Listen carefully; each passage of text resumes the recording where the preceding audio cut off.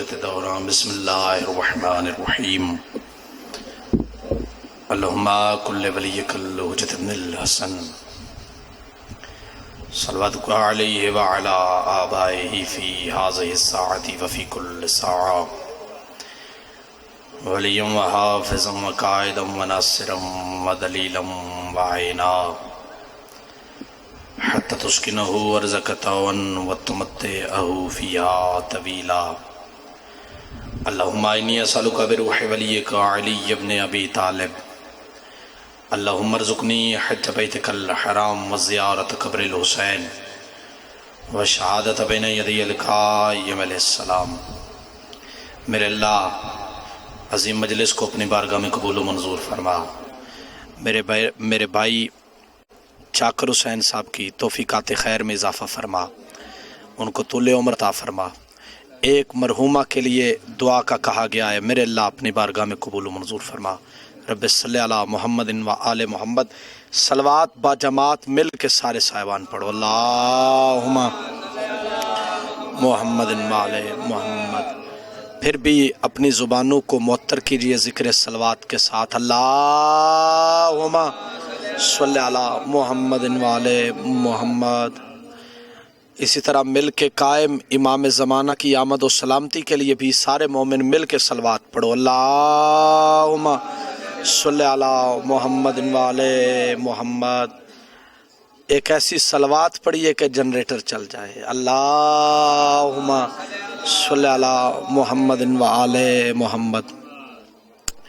اعوذ باللہ من الشیطان الرجیم، بسم اللہ الرحمن الرحیم۔ الحمد للہ الملک الحق المبین، الصلاة والسلام علی اشرف الانبیاء والمرسلین وآلہ الطیبین الطاہرین المعصومین المظلومین المہدیین الذین اذہب اللہ عنہم الرجس وطہرہم تطہیرا۔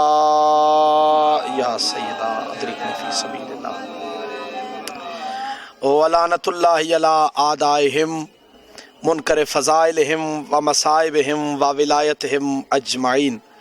اما بعد، قال رسول اللہ صلی اللہ علیہ وآلہ وسلم، من زار الحسین فقد زارنی ومن زارنی فقد زار اللہ علی العرش۔ ایک دفعہ مل کے بآواز بلند صلوات پڑھیے۔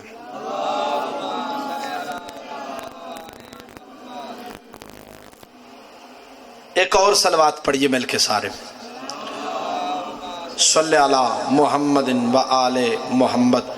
اگر محسوس نہ فرماؤ تو تھوڑا سا آگے تشریف لے، تھوڑا سا بھائی آپ بھی تھوڑی زحمت کیجئے، تاکہ ابھی جب آواز مجلس کی باہر پہنچے گی تو جو بعد میں آئیں گے پھر وہ آگے بیٹھیں گے۔ بسم اللہ، شکریہ۔ ایک اور صلوات پڑھیے مل کے سارے، صلی علی محمد و آل محمد۔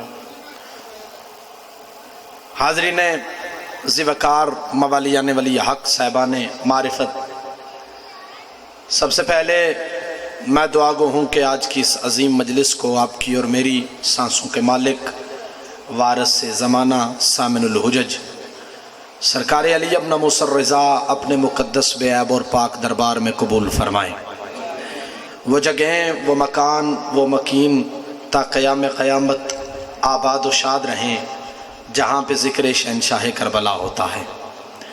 ہر مجلس میں، ہر محفل میں عادت سمجھ کے نہیں بلکہ عبادت سمجھ کے، کسی خطیب کی خطابت سمجھ کے نہیں بلکہ اپنے خون کی طہارت اور شرافت سمجھ کے، کسی شاعر کی نکتہ آفرینی سمجھ کے نہیں بلکہ اپنے دل، عقیدے اور روح کی آذان سمجھ کے یہ دعا مانگتا ہوں، یہ زندگی گزرے تو محبت حسین کے ساتھ، اور اگر موت آئے تو ولایت علی کے ساتھ۔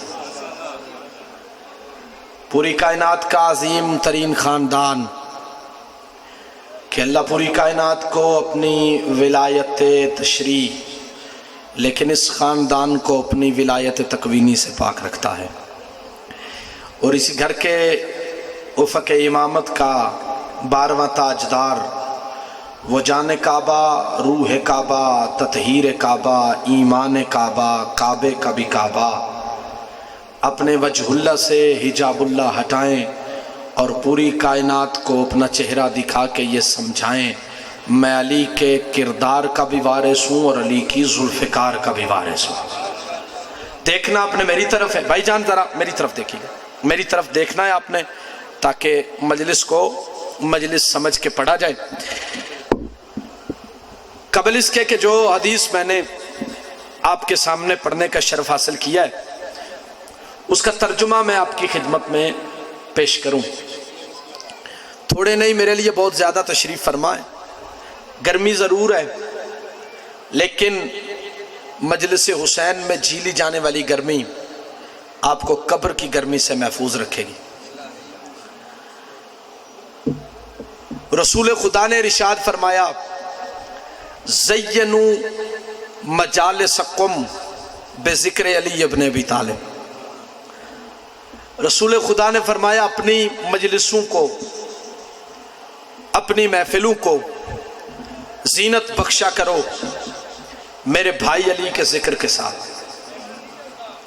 تو نبی کی اس حدیث کا یہ مطلب نہیں، مجھے دیکھیے ذرا، مجھے دیکھیے، نبی کی اس حدیث کا یہ مطلب نہیں کہ پہلے کوئی بہت بڑا مجمع لے کے آؤ، بھائی جان مجھے دیکھیے، پہلے کوئی بہت بڑا مجمع لے کے آؤ، پہلے کوئی بہت بڑے بڑے سپیکر لگاؤ، پڑھنے والے کم از کم طالب جوہری صاحب ہوں، لاکھوں کی تعداد میں مجمع ہو، تو پھر علی کے ذکر سے محفل کو زینت ملتی ہے؟ نہیں، مجھے اس منبر کے اوپر بچھے ہوئے کالے کپڑے کی عزت کی قسم ہے، نبی کی اس حدیث کا یہ مطلب ہے جب دو بھائی آپس میں بیٹھو نا تو دنیا داری کی باتیں نہ کیا کرو، ایک دوسرے کو میرے بھائی علی کا ذکر سنایا کرو۔ بھائی مولا تمہیں سلامت رکھے، سلامت رہو، ایک دوسرے کو میرے بھائی علی کا ذکر سنایا کرو۔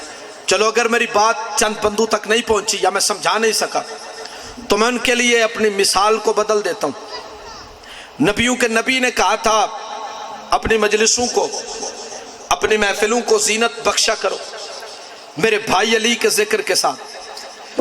تو نبی کی اس حدیث کا یہ مطلب نہیں بیٹے بیٹھ جاؤ یار ایک جگہ پہ بیٹھ جاؤ، یہ مطلب نہیں کہ پہلے کوئی بہت بڑا مجمع لے کے آؤ، بہت بڑا پڑھنے والا لے کے آؤ، پھر علی کا ذکر کرو تو محفل کو زینت ملتی ہے، نہیں، بلکہ نبی کی اس حدیث کا یہ مطلب ہے جب میاں اور بیوی آپس میں بیٹھو نا دنیا کی غیبتیں نہ کیا کرو، آپس کی جنگ نہ کیا کرو، بلکہ بیوی یہ بتائے کردار فاطمہ کیا ہے، شوہر یہ سمجھائے کردار علی کیا ہے۔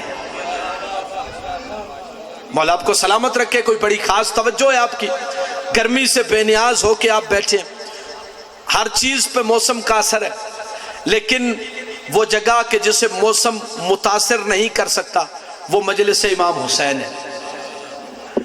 کوئی بڑی خاص توجہ جہاں پر میں دیکھتا ہوں وہاں پر میں بھائی غلام عباس جی 4 لائنیں پڑھا کرتا ہوں، ہر مجمع میں نہیں پڑھتا، جہاں پہ میں جاگتے ہوئے چہرے دیکھتا ہوں، سننے والے بندے دیکھتا ہوں، وہاں پہ 4 لائنیں پڑھتا ہوں، وہ 4 لائنیں تمہیں بھی سنانا چاہتا ہوں تاکہ ماحول جنت بن جائے۔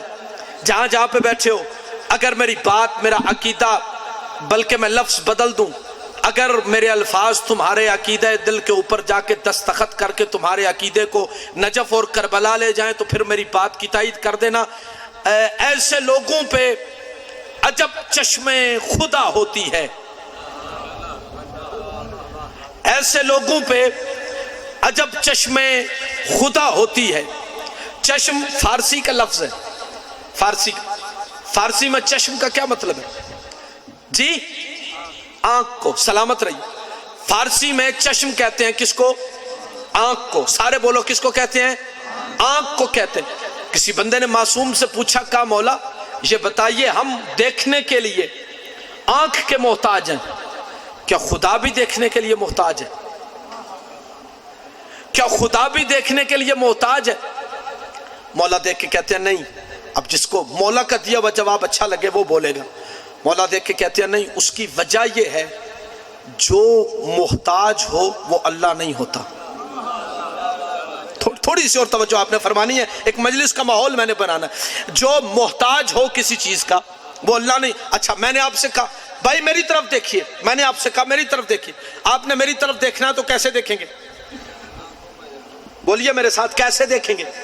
آنکھ سے ہی دیکھیں۔ یعنی انسان محتاج ہے آنکھ کا دیکھنے کے لیے۔